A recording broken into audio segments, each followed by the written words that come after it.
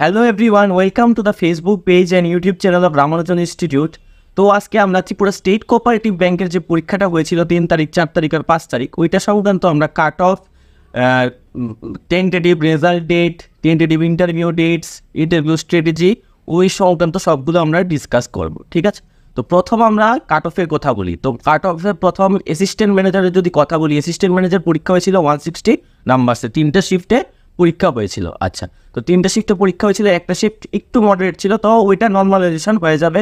আচ্ছা, তো cut off কত থেকে কতর মধ্যে বেরি করতে পারে আমি যদি বলি, আমি যদি অন্য ব্যাংক পিও এক্সামসের সঙ্গে এটাকে কম্পেয়ার করি, তো কোশ্চেন অনেকটাই ইজি ছিল। আচ্ছা, ইজি ছিল, তো সবাই মোটামুটি ভালোই অ্যাটেন্ড করেছো তোমরা।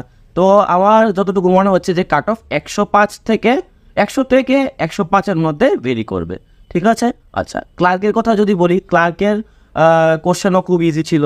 আমার যতটুকু মনে হচ্ছে যে 115 থেকে 120-এর মধ্যে ক্লার্কের কাট অফটা থাকবে, আর এমটিএস 80 আশেপাশে থাকবে কাট অফ। আচ্ছা, এবার রেজাল্ট ডেটের যদি কথা বলি, আইবিপিএস, দেখো আইবিপিএস যখন পরীক্ষা নেয় ওরা খুব তাড়াতাড়ি রেজাল্ট দিয়ে দেয়, ঠিক আছে? তো অন্যান্য পরীক্ষাগুলো যেগুলো হয়, যেমন আরআরবিপিও, আইবিপিএস পিও, আইবিপিএস ক্লার্ক, এগুলো যেগুলো হয়, এগুলো খুব তাড়াতাড়ি রেজাল্ট দিয়ে দেয়, অ্যাটমোস্ট 30 ডেজের মধ্যে তো দিয়েই দেয়। তো আমরা যদি ওই হিসাবে ধরি, তো আমরা পরীক্ষা শেষ হয়েছিল 5 তারিখে, ঠিক আছে?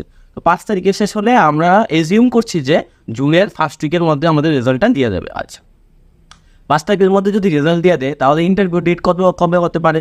ইন্টারভিউ ডেট হতে পারে জুনের 20-র পরে, ঠিক আছে? 20-র মধ্যে এসে পড়বে, মানে ইন্টারভিউ ডেট এসে পড়বে। আচ্ছা, তোমাকে বললাম বেশি দিন সময় দেবে না আইবিপিএস ইন্টারভিউর জন্য, জাস্ট 15 to 20 ডেজই দেবে, ঠিক আছে? তো এখন থেকেই তোমাদের প্রিপারেশান নিতে হবে, ঠিক আছে? তো প্রিপারেশান কীভাবে নেবে, ঠিক আছে? এটা তো একটা ব্যাংকের পিওর ইন্টারভিউ, ঠিক আছে? ব্যাংক পিও বা ব্যাংক ক্লার্ক বা এমটিএস, তিনটা ইন্টারভিউ মানে একসাথে নিতে হবে তোমার প্রিপারেশান। আচ্ছা, তো কী জানতে হবে? তো প্রথম জানতে হবে তোমার, যেহেতু এটা ত্রিপুরা স্টেট কোঅপারেটিভ ব্যাংকের পরীক্ষা, তোমার আগে ত্রিপুরা স্টেট কোঅপারেটিভ ব্যাংক সম্বন্ধে জানতে হবে। যেমন কী জানতে হবে? এটা কবে এস্টাবলিশ হয়েছিল, এটার জেনারেল ম্যানেজার কে, ডাইরেক্টর কে, এমডি কে, ঠিক আছে? এটার মানে কয়টা ব্রাঞ্চ আছে, হেড অফিস কোথায়, ঠিক আছে? এরপরে অ্যাসেটস কত আছে, তারপরে লাইবিলিটিস কত আছে, এরপরে যদি আমি বলি প্রফিট কত, ঠিক আছে? এগুলো তোমরা জানতে হবে। তারপরে জানতে হবে আরবিআই কে, আরবিআই কী করে, আরবিআই ফাংশন কী, আরবিআইয়ের মধ্যে কয়টা ডাইরেক্টর আছে, কয়টা ডেপুটি ডাইরেক্টর আছে। তারপরে জানতে হবে নাবার্ড কী, নাবার্ড কী করে, ঠিক আছে?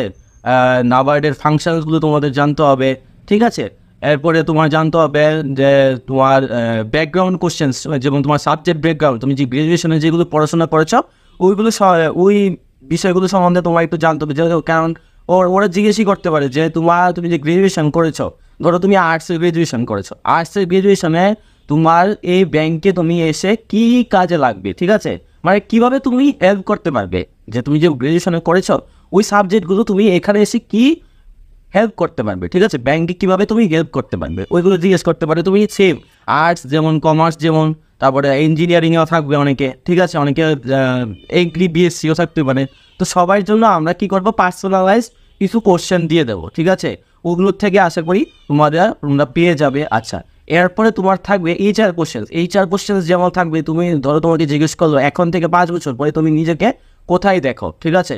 এমন কোশ্চেন জিজ্ঞেস করলো। এরপরে যেমন আরও কিছু সিচুয়েশন বেসড কোশ্চেন জিজ্ঞেস করতে পারে। যেমন ধরো তোমাকে জিজ্ঞেস করলো যে তোমার একজন কলিগ, ঠিক আছে, যে তোমার বন্ধু, হ্যাঁ, ও লোন স্যাংশন করার জন্য ব্রাইব নিচ্ছে, ঠিক আছে? তো তুমি বন্ধুকে কিভাবে বোঝাবে, ঠিক আছে? কি স্টেপ নেবে তুমি, ঠিক আছে? ওইটা তোমার বলতে হবে, পজিটিভভাবে বলতে হবে, ঠিক আছে? নেগেটিভ বললে হবে না, ঠিক আছে?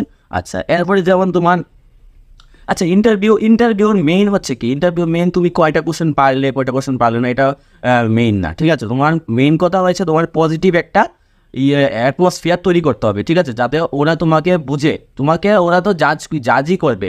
এই 15 মিনিটস, 10 থেকে 15 মিনিটস ওরা তোমাদেরকে জাজই করবে, ঠিক আছে? কারণ ওরা তো তোমাদেরকে পার্সোনালি চিনে না, ঠিক আছে? তো তোমরা যাবে, তোমাদের ভিতরে যা আছে তোমরা ওই 15 মিনিটসই তোমরা দেখাতে হবে, ঠিক আছে?